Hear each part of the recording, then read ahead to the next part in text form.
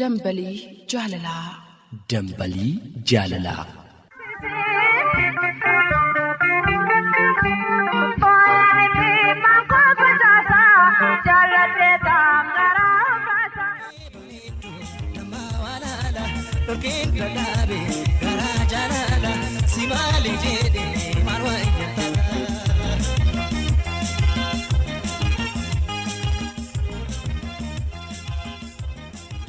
Calaqqiftuu akka warqii yaadimtuu akka abiddaa hidda dhiigaa keessa seenee jaalalli kee nama hiddaa fooniif gogaa gidduu galee haamtuu ta'ee nama haama halkan rafan abjuu keessaa sagal dhufee nama waama miidhagina kee ilaalee hunduu gorora coccobsaa anis si barbaachan joora akkam godheetan si obsaa ati kutaa qaama kooti kalee onneef tiruu koo narraatiin turiin nan mukaa akkootu si eessi jiruu koo yoon si dhabe nan maraadha akka jabbii haati duute kan koo yaannoo waa'ee keetii meenaaf deebis qalbii fuute gammachiiftuu miira kootii yaashee akka waqtii birraa akkam godheen si dhiisaree jaalalli na qabe sirraa bohaarsituu qaamaaf qalbii miidhagduu koo yaakichuu koo kumaatama jiran keessaa situ naaf ta'e michuu koo ati gatii jabeettiidha anaaf caalta warqeef meetii inni guddaan qalbiin kiyya si argachuu qofa feeti ati anaaf faaya kooti diyaamendii gatii qaalii hammam akkan si jaalladhu onnee kiyya keessa seenii ilaalii siifan kufa siifin seessu siifan eela siifan caba gola keessa onnee kootis bakka guddaa situ qaba dadhabbiidhaaf harkan laadhu siin utaala siifan fiiga wanti amaayyoo dhufellee of nan kenna siif nan dhiiga irraan gadee lafa gabaassi dhaqqabuuf nan kurkuraa siif qabeenyis nan mararu booqaaf booqeessi hin gurguraa na dhageessaa jaalallee koo kan yaanni kee na dararu maqaa keef nan wareegama lubbuun koyyuu nan mararu babbareecheetu si uume miidhagina deemsaaf dhaabbii sababa kee miidhamullee dhugaadhaan qabu hangaabbii ati yoomuu anaaf caalta miidhagina faaya lootii kanaan booda nuti tokko ani keedhaati kooti.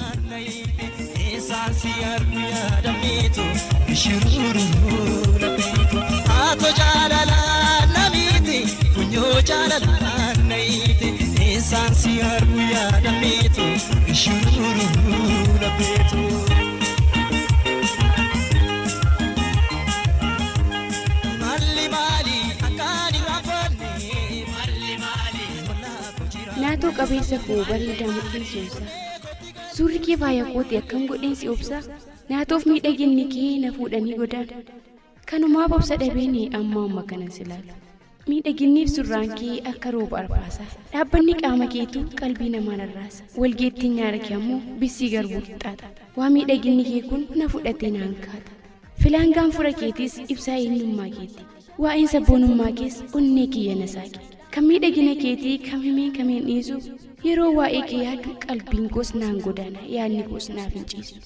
obsaaf amal qabeessa naatoo qabeessa namaa furtuu onnee kiyyaatu siin qabamee argama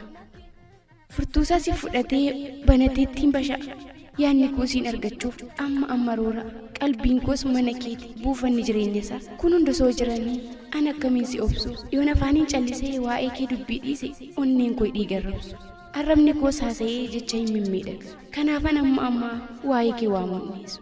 naatoo qabeessa namaa bareedaa ilma oromoo siif du'een siif gaggabaa siif of wareegeen qomu ati sanaaf jiraadhu umurii kee guutuusaa yoonan sirraa adda ba'ee cinaacha maaliin ciisa atis akkuma kootii nan beeka waa hundasaa kan hundaaf sababni isaa jaalaladhu dhamaasa bareedaa naatoo namaa faaya simbotoleessa bakka olaanaa qabdaa ati onnee koo keessaa biqiltuu jaalala kees kunuunseen sii guddisa jaalala kee kabajeen dallaatti jaaree tiksa atis kan kiyya ta'ee naaf jiraadhaan gadhuma xiqqeessi sitti muufan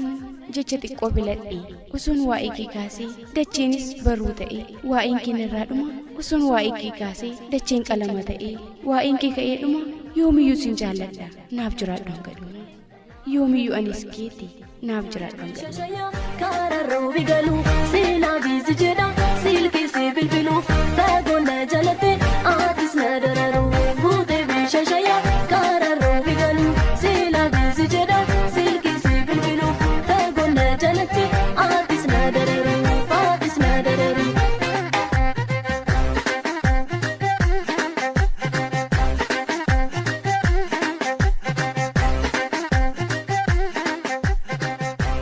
qindoomina jechootaan waan qindeeffannee walaloo dhaggeeffattoota keenya biraan geenyeeti kan deebinee dhufnee kanatti aansuunoo maal qabdu jechuu isaanii naaf. Kanatti aansuudhaan ammoo xalayaalee goleewwan arfan Oromiyaa irraatiin nu qaqqaban kanneen dabareen isaanii har'a isaan qaqqabe isaan biraatiin geenyaa garuu dhaggeeffattoota keenya gamanumaatiin kan dhiifama isaan gaafannu xalayaan tokko yeroon isaa yoo irra darbe jalaatii du'uu ijaa danda'uuf kan nuti dursinee isaan biraatiin geenyutu jira mudannoo ayyaana irreechaatiin wal qabate xalayaa tokko kan nuti yeroo dabarsinee isaan biraatiin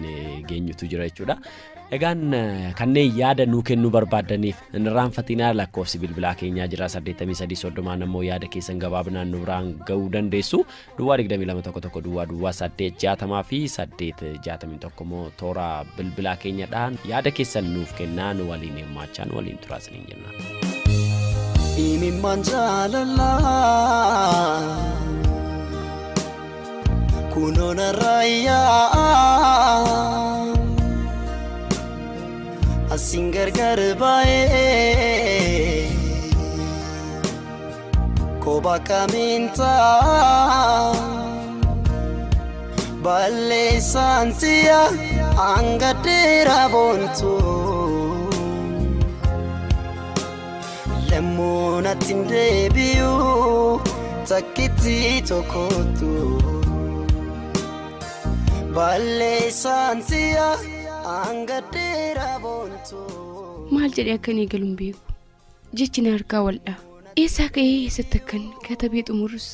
naaf ifa miti. Sababiinsa albiin abbaan qaree abbaa qalee akkuma jedhamu hojiinan gaariidha jedhee hojjechaa ture. Booddee irra deebi'ee anumaaf mataa dhukkubbii ta'e. Nagaa koos hin daganne akkam jirtu qopheessitoonnii fi dhaggeeffattoonni qophii dambalii jaalalaa. Wanti nuti har'a gaariidha jennee dalagnu yerootti boorumsaa immoo miidhaa eelaa bara baraan sammuun keenya hin daganne nutti ta'u ni jiraata. Ofii makoorraa keewwannan arge sababni kanaa immoo waadaa galan eeguu dadhabuudha. Akkas ture yaa dhaggeeffattoota qophii dambalii jaalalaa. Hiriyyaan baay'ee jaalladhu kan baay'ee na jaallatuu fi kan mana barnootaatti wal barree wal wajjinis barachaa guddannee ergasii booddee ammoo yeroo umuriin keenya gara dargaggummaatti dhufurraa kaasnee gara jaalala waliif qabaachuutti yookaan ammoo gara hiriyyaa wal taasifachuutti dhufneen qaba ture. Hiriyyaa baay'ee na jaallatuuf baay'ee na kabaju kan iddoo guddaanaaf qabus ture. Anis akkanuma baay'een jaalladhaani wal jaallachaa yaada boruu keenyas wal wajjiniin mari'achaa